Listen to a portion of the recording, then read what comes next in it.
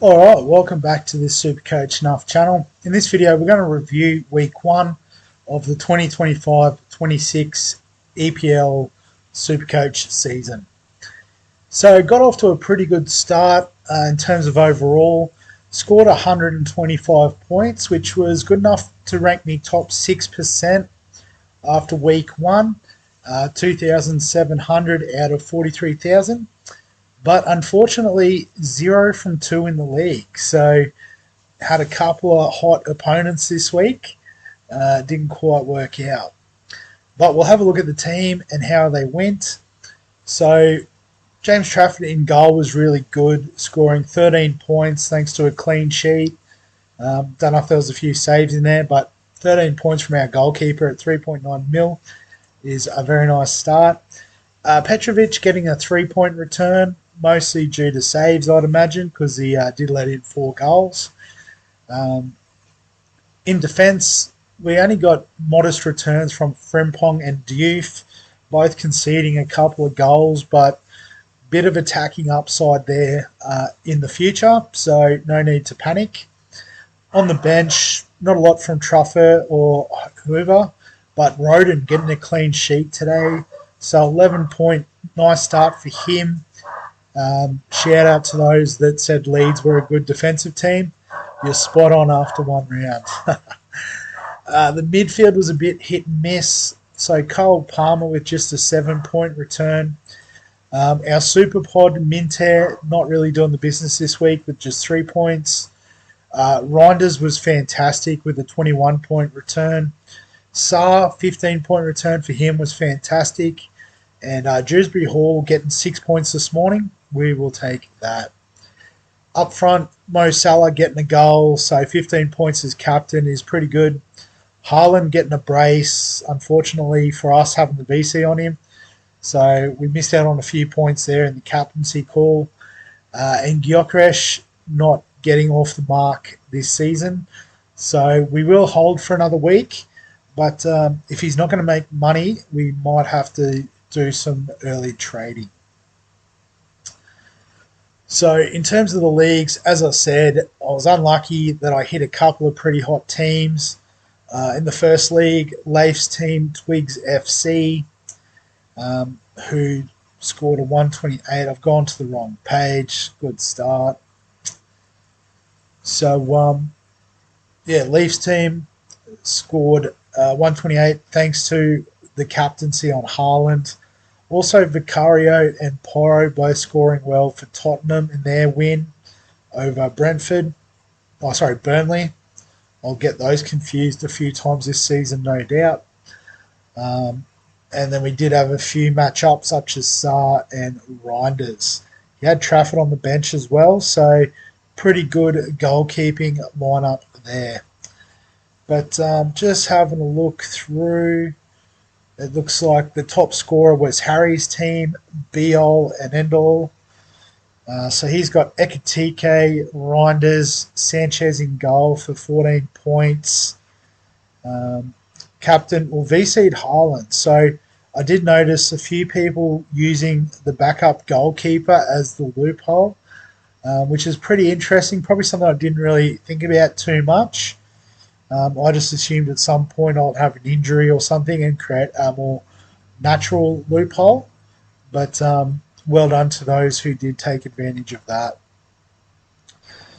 Also had Saar, so Ekitike, 20-point return at his price point, 6.5 is very juicy. Break even of -7 going in to this week. But again, we don't need to panic. There is another week before prices change.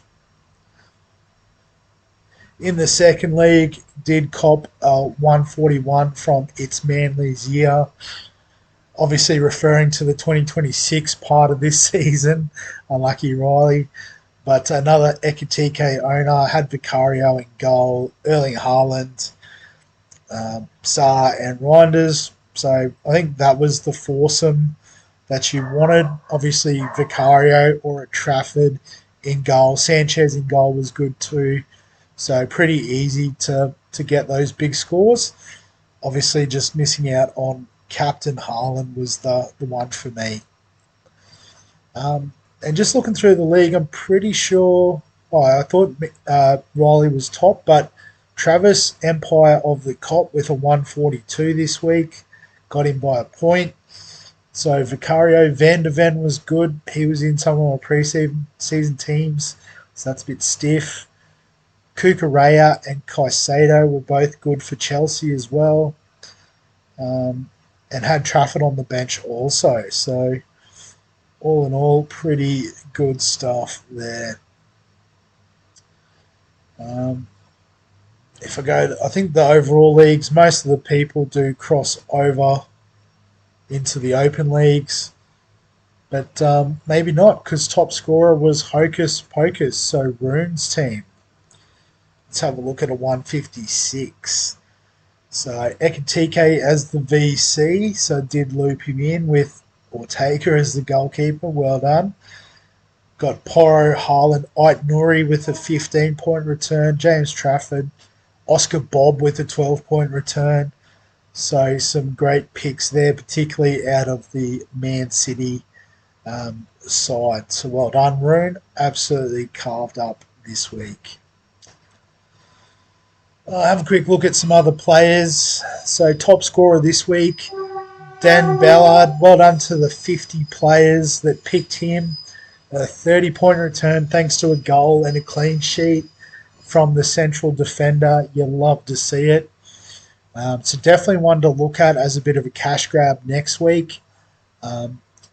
Richarlison also at 4.5 mil, getting a 24-pointer. And, tougher fixture this week, but if he looks nailed on in that 9 for Thomas Frank, he could be an absolute bargain. Semenyo, Chris Wood both scoring well, but are a bit pricier at the $9 million mark. Kudus, mid-price option, 21 points this week. Calafiori, 21-point return, decently priced midfielder. Rico Lewis, again, a bit like Oscar Bob, don't know if the job security is there. There is options, and depending on the opposition, Pep will rotate. So they do have a tougher fixture this week against Spurs. So it'll be interesting to see the tweaks that he makes there. Matt O'Reilly, so the penalty taker there at Brighton, could be a nice little point of difference. Gakpo started off well at his price point. A few of the usual suspects there as well. A couple of cheapies from Sunderland. They've got Burnley this week as well, so there could be another clean sheet on the horizon. So we could be targeting us a bit of Sunderland going into next week. Probably a bit early to look at this, but for those that are interested, the break-evens. So those cheapies that scored well obviously have a nice break-even, but I'd probably recommend giving it another week before you make too many moves chasing the value, because again, these 30-point returns are nice, but they'll only affect the price rise for 1 week. So if anything, we want to try and jump on the players that score well this round. So in saying that, not really looking to make any moves with my team, and probably not going to change the lineup too much. Like Juve does have a tougher one against Chelsea this week. So we could look at maybe Truffaut up against Wolves as a bit of a value option. Leeds against Arsenal, so I don't know if Roden will back up his clean sheet this week. Hoover, again, might not be the best pick, but bottom dollar, and he was the best, one of the better defenders out of that game. So there was a few that scored negative points. So there is a little bit of attacking upside there, but not much doing with that pick at the moment. So we might look at that move just to see how it goes.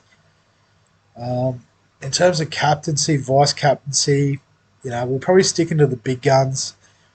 Given how poor West Ham were in defence, Cole Palmer does come into it a bit. Man City against Spurs at home. So Haaland is an interesting one. And I guess given that Liverpool plays last, we could try the loophole. Obviously, we would have to do a trade, I think, to make that work. But Liverpool don't have the best matchup against Newcastle either. So, we'll leave it pretty much as is. Not very exciting, I know, but it is only the first week. We've only got 44 trades, so we don't need to burn any of them unnecessarily at this point. But we might wrap the video up there. Try not to leave it too long. So as always, if you've got any questions, comments, thoughts, feel free to add them below this video. Give us a like if you enjoy the SuperCoach EPL content. Subscribe for all the fantasy sports content on the channel. And other than that, we will catch you in the next one.